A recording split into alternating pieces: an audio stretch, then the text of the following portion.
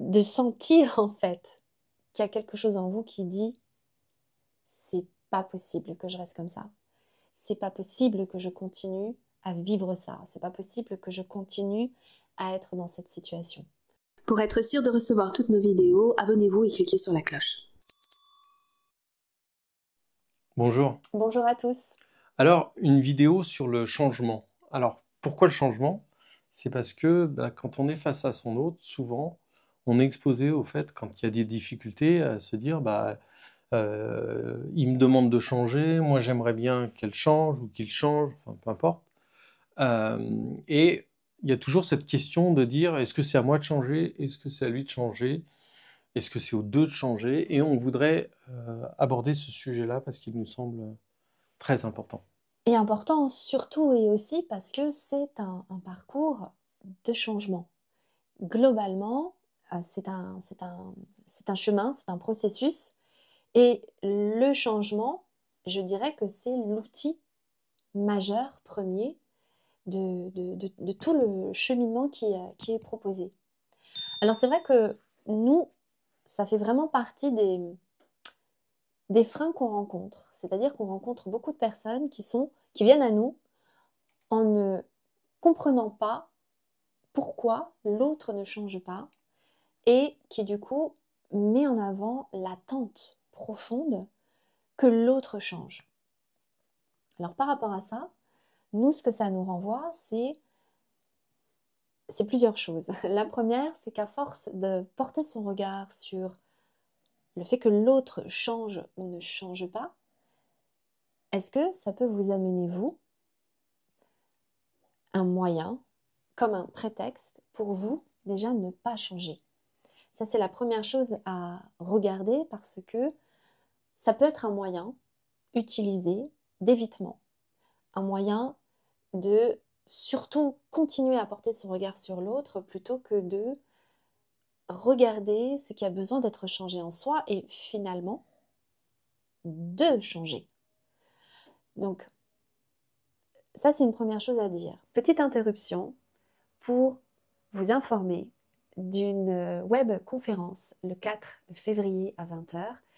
Elle est unique, elle est exceptionnelle, tout simplement parce que nous allons partager avec vous la méthode que nous utilisons et que nous savons aujourd'hui qu'elle va vous permettre d'aller vers votre complétude et qui est une démarche importante et qui précède en tout cas la réunion.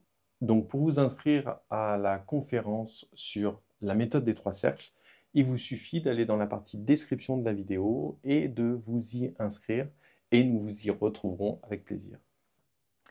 Après, est-ce qu'il y a véritablement besoin de changer quelque chose? Parce que quelque part, on est comme on est, notre autre il est comme il est, et puis on pourrait partir de l'idée de se dire, vu que voilà, j'ai toujours été comme ça, c'est comme ça que je vois la vie, y a pas de raison que je change, et puis l'autre en face, il peut dire la même chose, quelque part. Et du coup, voilà, est-ce que vraiment la démarche est au changement?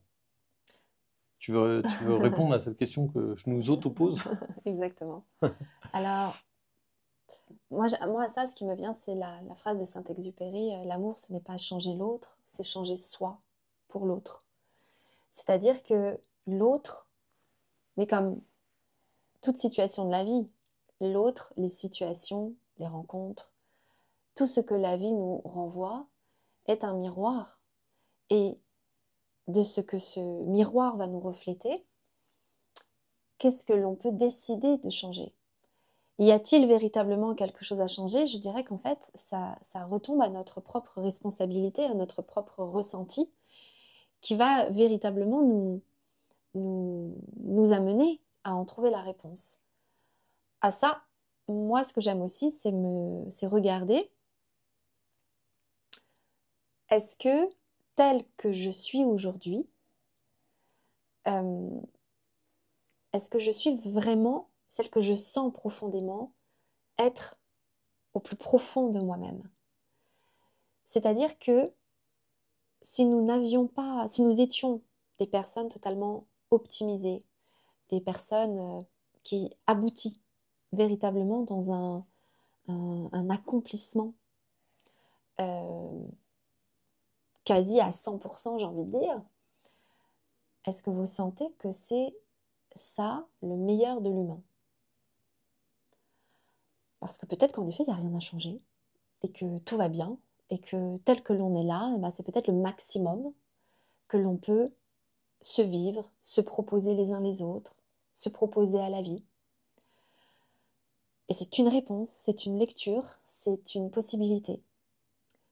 Moi, quand je me connecte très profondément à moi-même, je sens que j'en ai encore sous le capot, que je n'ai pas encore véritablement conscientisé, ressenti, et je n'ai pas le sentiment d'être aboutie dans tout ce que je ressens à l'intérieur de moi.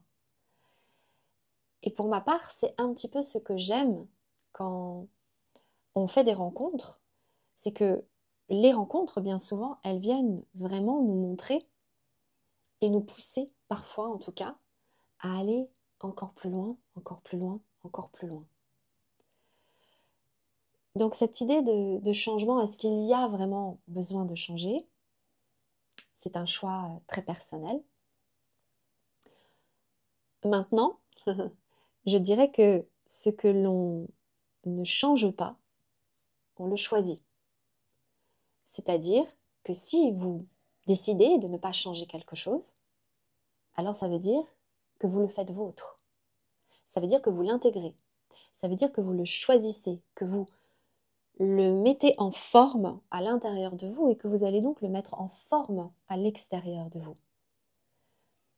Et donc, si vous en êtes en accord et en cohérence, il n'y a pas besoin de se plaindre, il n'y a pas besoin d'être dans un mal-être, il n'y a pas besoin de sentir que ça grince à l'intérieur de soi, vu que normalement, si vous décidez de ne pas changer et que donc vous choisissez ce qui est là, alors ça veut dire que ça va vous amener un bien-être et que ça va vous amener du bon.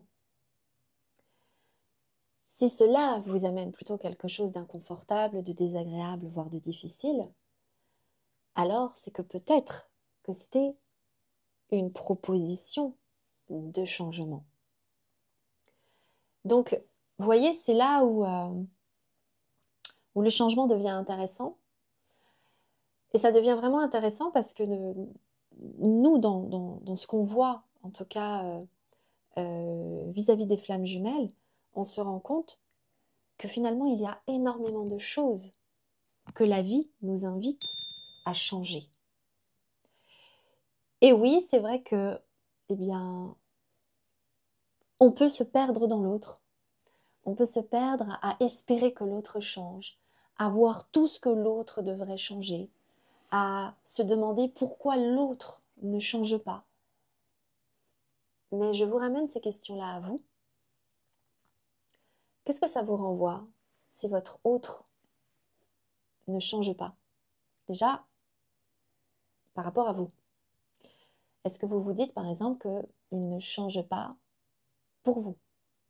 Comment se fait-il qu'il n'a pas la force de changer pour vous? Pourquoi est-ce qu'il n'arrive pas à changer pour vous? Un autre endroit de lecture, ça va être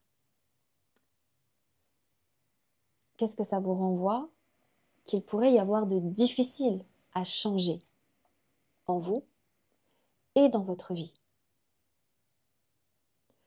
Et puis, quand on est en train de regarder ce que l'autre aurait besoin de changer, c'est parfois parce qu'on a des difficultés à vraiment conscientiser ce qu'il y a besoin de changer à l'intérieur de soi. Et quand on est dans cet endroit de difficulté à observer ce qui a besoin d'être changé, donc à conscientiser ce qui a besoin d'être changé, c'est que bien souvent, il y a des protections. C'est-à-dire que l'on a des certitudes, des croyances qui nous solidifient, qui sont, on va dire, structurantes, et que quand on est dans des endroits, dans des idées, dans des convictions comme ça qui structurent, il n'y a rien de plus difficile que d'être déstabilisé dans ce qui, au contraire, est en train de nous stabiliser. Et très souvent, l'autre renvoie justement à ces endroits-là de conviction, de certitude, non pas pour justement les fissurer, ces certitudes, et du coup se demander vraiment si elles existent ou non, ces certitudes, mais plutôt pour que vous ayez la possibilité de ne pas rester figé dans ces convictions-là et de pouvoir rester toujours en mouvement et en expansion dans justement ce qui vous structure. En complément de ce que tu dis, ça me fait souvent penser ça à un dicton d'un collègue à moi qui disait tout le temps l'habitude tue, mais avant, ça rend con. Alors, ça rend bête, on ne va pas dire de gros mots. Mais derrière cette notion d'habitude, moi j'y entendais aussi beaucoup cette histoire de ne pas oser changer, de ne pas vouloir changer.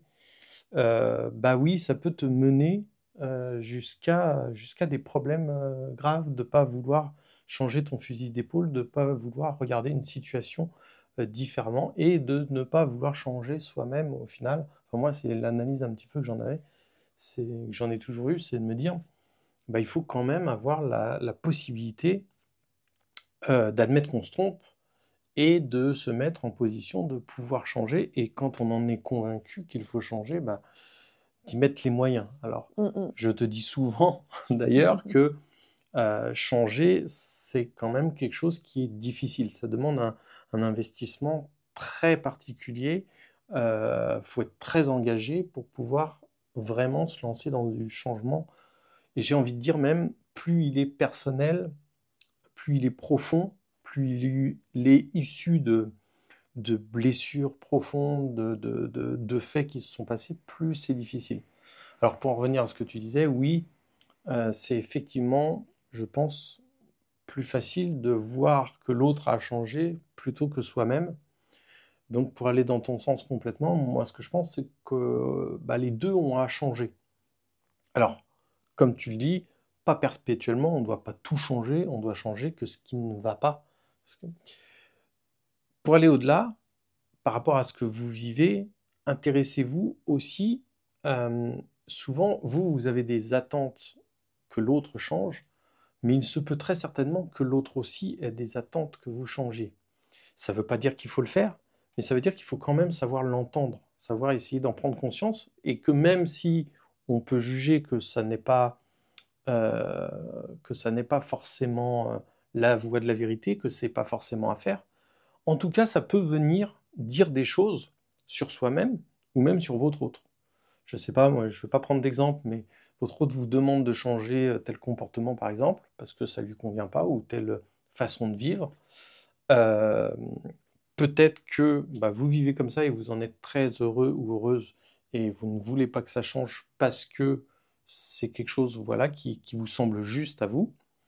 N'empêche que, il faut quand même arriver à entendre que l'autre en face il va avoir envie de changer, et essayer de comprendre pourquoi. Qu'est-ce qui va le toucher dans ces faits ou dans cette manière d'être. Donc ça, c'est une autre piste en complément de ce que tu dis. Et puis, je voudrais aussi en profiter pour dire que, bah, quelque part, pour moi en tout cas, croire qu'on n'a pas changé, c'est quand même un peu un réflexe de l'ego qui peut avoir envie de garder les choses telles quelles, parce que c'est quand même sa fonction première. Et c'est pas une critique, il est là pour ça, et ça nous sert, moi le premier, j'ai un ego, il me sert à préserver des choses. Mais des fois, peut-être qu'il va vouloir préserver des choses qui sont pas à préserver. Donc il faut quand même, je pense, pouvoir garder cette notion où, bah voilà, on me dit que je dois changer. Ça ne veut pas dire que je dois forcément le faire, mais en tout cas, essayer d'y regarder de plus près. Moi, tout changement, ça m'amène toutes ces questions-là, en tout cas. Et c'est pour ça que c'est intéressant, le changement. Parce que parfois, on est, comme je le disais tout à l'heure, parfois c'est les situations de la vie qui vont un petit peu nous obligez à devoir changer quelque chose. Très basiquement, si je vous dis que vous tombez malade et que vous devez suivre un régime, ça va vous obliger à changer votre alimentation. Donc, parfois, c'est vraiment un événement extérieur qui vient un petit peu bouger et motiver un certain changement, même si ça n'est pas facile d'appliquer et par exemple là dans la situation que je dis, d'appliquer un régime alimentaire particulier, de nouvelles habitudes. Donc on n'en est vraiment pas encore à cet endroit-là de regarder les moyens de changement. On en est vraiment à cet endroit qui pour nous est majeur, c'est comment c'est difficile de changer, comment on va freiner soi-même le changement auquel on aimerait peut-être prétendre et auquel la vie, en tout cas, apparemment, essaie également de nous pousser dans une direction. Et on le constate tous les jours. On a tous les jours en face de nous des personnes qui veulent vraiment changer, mais de là à arriver à l'appliquer, à le mettre en acte, eh bien, ça demande de passer, oui, par des profondeurs, par des combats personnels profonds, intenses et engageants, comme on le disait tout à l'heure. Exactement. Et là, j'évoquais le fait que ça vienne de l'extérieur. Et c'est très différent quand ça vient de l'intérieur. C'est-à-dire cet appel en nous, où on sent en effet qu'il y a intérieurement un mouvement qui nous indique un chemin, où on sent, vous voyez, je reprends l'exemple de l'alimentation, où c'est vraiment à un moment donné soi-même qui va sentir que là, cette alimentation-là, elle ne me convient pas, elle m'alourdit, elle me prend de l'énergie, elle m'embrouille l'esprit, et que de soi-même, là, on se rende compte qu'il y a besoin de changer quelque chose. Et là, on va avoir une prise de conscience. Là, eh bien, on va essayer de trouver les motivations pour faire le changement, et puis on va trouver les moyens de mettre en place le changement nécessaire.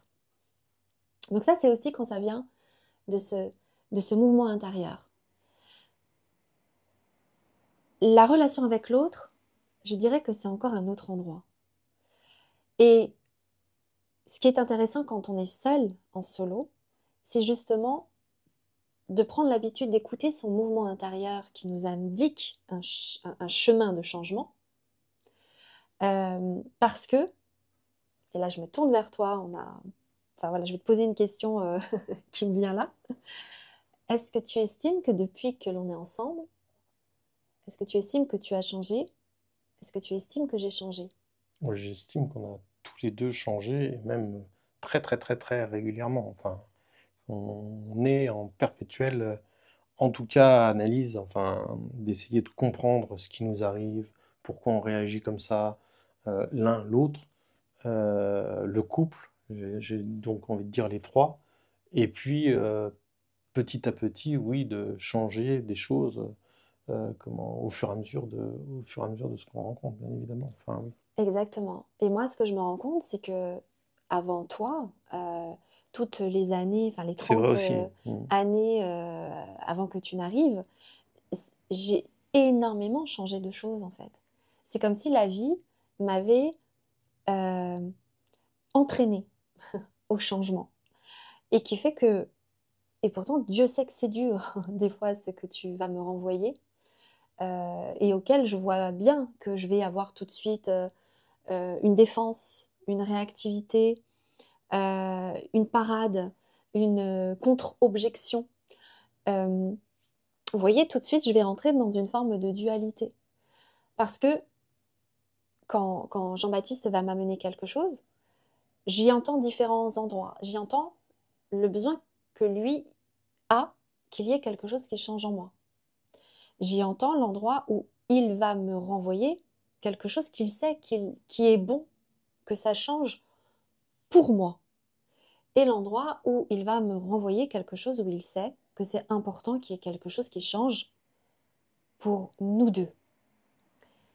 Et moi, avant lui, j'avais l'habitude, enfin j'ai pris, on va dire, l'habitude de de ne changer que ce que je décidais de changer. Aujourd'hui, le regard que m'apporte Jean-Baptiste, ça m'a appris à avoir vraiment confiance dans son regard, déjà par rapport à quand il sent qu'il y a quelque chose en moi qui a besoin de changer pour moi ou pour notre couple. Et ces endroits-là, aujourd'hui, je les entends beaucoup, beaucoup plus facilement. Ça m'a demandé de la résilience, ça m'a demandé de calmer mon ego et ces endroits qui veulent tout de suite se défendre pour entendre que c'est des endroits qui peuvent être vraiment pour mon bien. Et du coup, de m'amener à des changements intérieurs, à des endroits auxquels je n'aurais jamais eu accès toute seule, à des endroits où, de moi à moi-même, je n'en aurais peut-être pas trouvé la motivation. Et puis, par rapport aux endroits de ce qu'il y a à changer pour toi, c'est là où je trouve que la phrase de Saint-Exupéry est magique, parce que l'amour, ce n'est pas changer, ce n'est pas changer l'autre, mais c'est changer soi-même pour l'autre. C'est vraiment cet endroit qui vient me regarder à cet endroit de à quel point j'ai envie, moi, de changer ce que je sais être bon pour toi. Et c'est là où je découvre ce que c'est que de changer pour l'autre. Et ça ne veut pas dire que je me dénature, bien au contraire, parce que je me découvre là-dedans et je découvre un amour, je découvre une patience et une envie aussi de répondre à ce qui va permettre à ce que l'autre se sente plus en sécurité, à ce que l'autre se sente plus dans la possibilité d'être lui-même et qui nous permet du coup d'aller encore plus l'un vers l'autre. Est-ce qu'on peut revenir aussi sur ce qui bloque, ce qui empêche à ce qu'on, quand on a décidé de changer, mais ce qui va nous empêcher en fait de changer?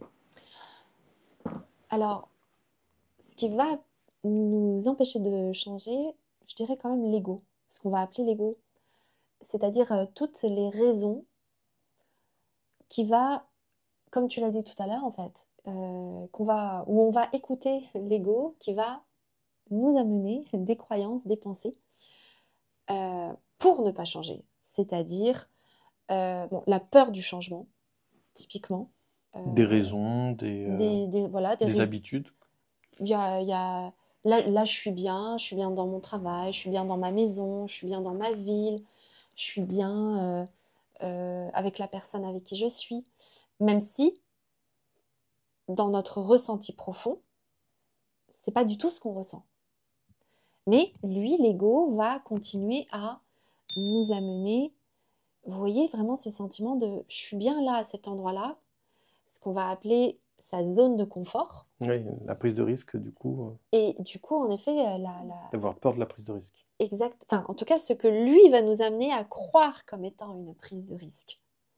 Et qui fait que le truc, quand on ne change pas et quand on prend l'habitude de ne pas changer, eh bien, quand le changement arrive, parce que quand on est dans ce parcours, arrive, j'ai envie de dire, quasi fatalement, le moment où on est poussé à agir, où on est poussé à changer, où on est poussé à écouter un élan intérieur.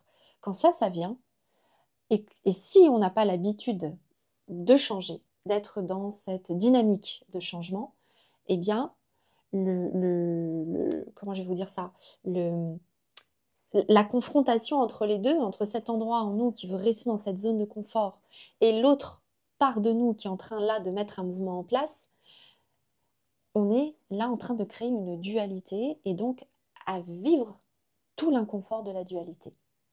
Que quand on a l'habitude de changer, et il y a des gens qui changent très souvent d'appartement ou de maison, qui changent très souvent de travail, qui changent très souvent de partenaire de vie, de ville, etc.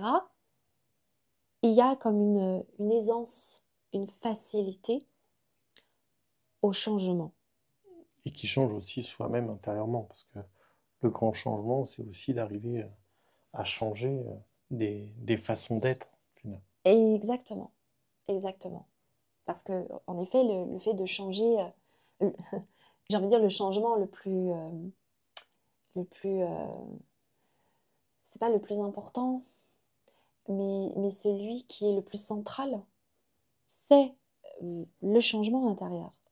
C'est ce dépouillement de tout ce que l'on n'est pas vraiment dans nos croyances, dans notre manière de voir la vie, dans notre manière d'être en relation, en connexion avec la vie, et qui au final amène à ressentir et à être profondément qui on est véritablement. Et je voudrais préciser, dans l'ego, parce qu'il y a aussi un autre endroit, c'est là où on va croire que l'ego, c'est quelque chose de précis. C'est-à-dire, ça nous amène à croire que les choses sont comme ça, quelque part, et pas autrement. Figé. Voilà, le côté figement. Ça aussi, c'est un autre endroit à regarder qui évite le changement. Donc voilà, moi je pense comme ça, je crois ça, c'est comme ça. Et donc quelque part, je n'en démords pas. Ça aussi, c'est un autre endroit pour moi à regarder vis-à-vis de ce qui peut bloquer le changement. Du coup, quelqu'un qui a pris conscience que voilà, il y a certains aspects de son être qu'il faut qu'il change, même si c'est difficile, même si ça pourrait être des addictions, ça peut être des comportements, ça peut être une façon de voir la vie, et qui a donc pris conscience qu'il faut changer, comment tu conseillerais, qu'est-ce que tu conseillerais pour que les personnes puissent véritablement changer? Parce que, comme on disait tout à l'heure, un changement profond de soi-même, bah, c'est pas forcément évident, enfin, c'est pas forcément accessible facilement.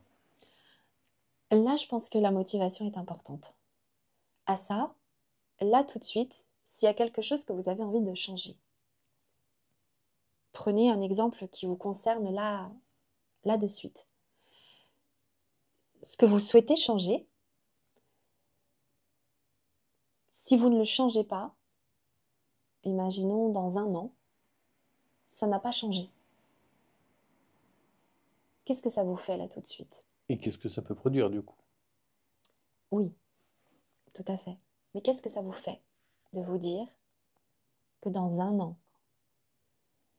vous n'aurez rien changé, que vous en serez au même point, en train de vivre la même chose, en train de ressentir la même chose? Prenez vraiment conscience de ce que ça vous fait. Parce que c'est ça la motivation, c'est-à-dire de sentir en fait qu'il y a quelque chose en vous qui dit c'est pas possible que je reste comme ça. C'est pas possible que je continue à vivre ça. C'est pas possible que je continue à être dans cette situation. Parce que du coup, ça va vous demander d'aller chercher vraiment cette motivation et cette volonté. Et ça, pour moi, intérieurement, c'est la première chose. Parce que s'il n'y a pas la volonté de changer, s'il n'y a pas euh, euh, ce mouvement en vous qui va dire, OK, là, je vais prendre vraiment le problème à bras-le-corps et je vais vraiment faire ce qu'il faut pour changer, eh bien, ça va être vécu dans la difficulté. Donc pour moi, la première clé, c'est de trouver ces motivations. De par toucher cet endroit en vous, qui vient un petit peu être dans le mal-être, mais aussi en termes de motivation, de regarder qu'est-ce que ça va vous apporter si vous changez. Comment vous allez vous sentir dans le changement? Est-ce que vous allez vous sentir plus sécurisé, plus fort, plus dynamique, plus vous-même? Est-ce que vous allez vous autoriser à être vous-même, à révéler des parts de vous, à oser être vous, à être peut-être plus créatif, plus enjoué, plus provocateur, plus, plus fort, plus puissant, Plus vivant. plus vivant, plus vous-même? Et est-ce que ça vous donne suffisamment envie d'être ça? N'hésitez pas d'ailleurs à mettre en commentaire si vous estimez avoir changé ou si vous estimez que vous avez à changer et peut-être même sur quels aspects. Alors bien évidemment, c'est un lieu quand même public, hein, les commentaires, mais vous pouvez peut-être donner certaines pistes sans trop prendre de risques vis-à-vis de la visibilité, mais peut-être donner des éléments pour qu'on se rende compte tous, chacun, de ce qu'on a envie ou besoin de changer. Pour moi, tu es quelque part un exemple sur le changement parce que je sais, et encore, je crois que j'ai qu'une une partie de la vision de ce que tu as dû changer pour arriver jusqu'à ici. Et, euh, et juste si je peux me permettre une dernière question, du coup, euh, est-ce que, est-ce que comment tu as géré le fait que quand on a à changer soi-même, quelque part, on se sent très seul. On se sent un petit peu seul avec son problème Mm. et que quelque part les autres sont presque là plus pour nous enfoncer. On a plus cette impression qu'on essaie de nous enfoncer plutôt que de nous aider au changement. Comment toi tu as réussi à gérer ça? Ou Alors, qu'est-ce que tu conseillerais pour quelqu'un qui est ouais. dans cette situation-là? Alors, hmm, en fait, j'ai trois réponses qui me viennent.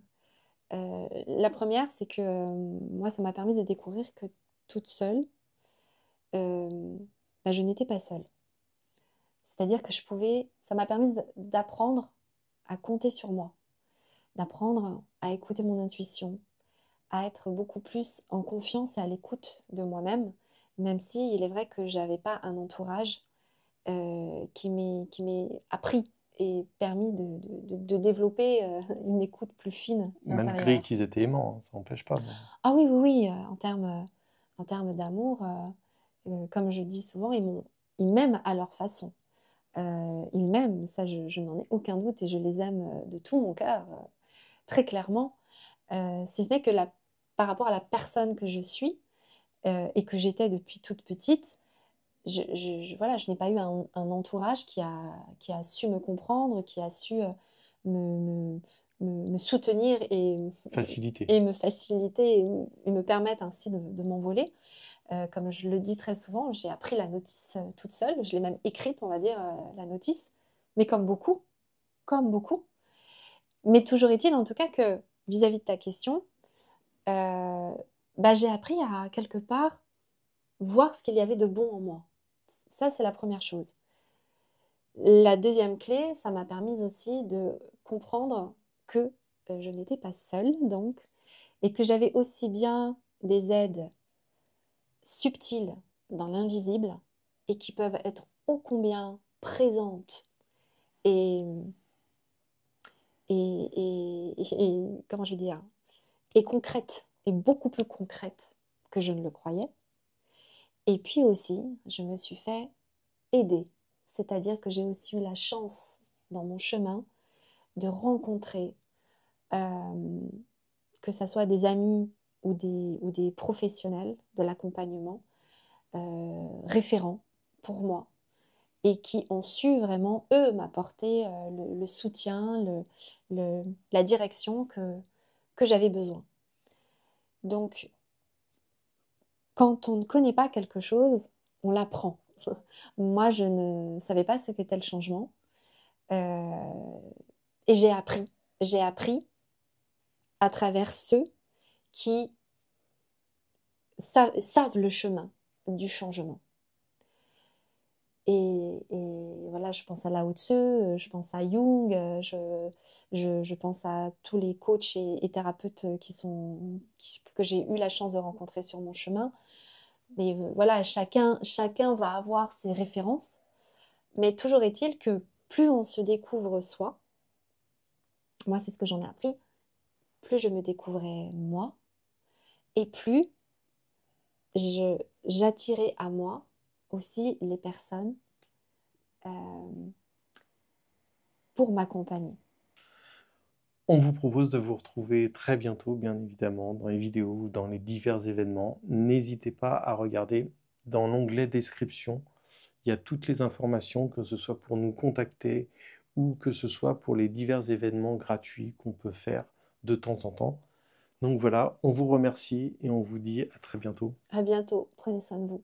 Au revoir.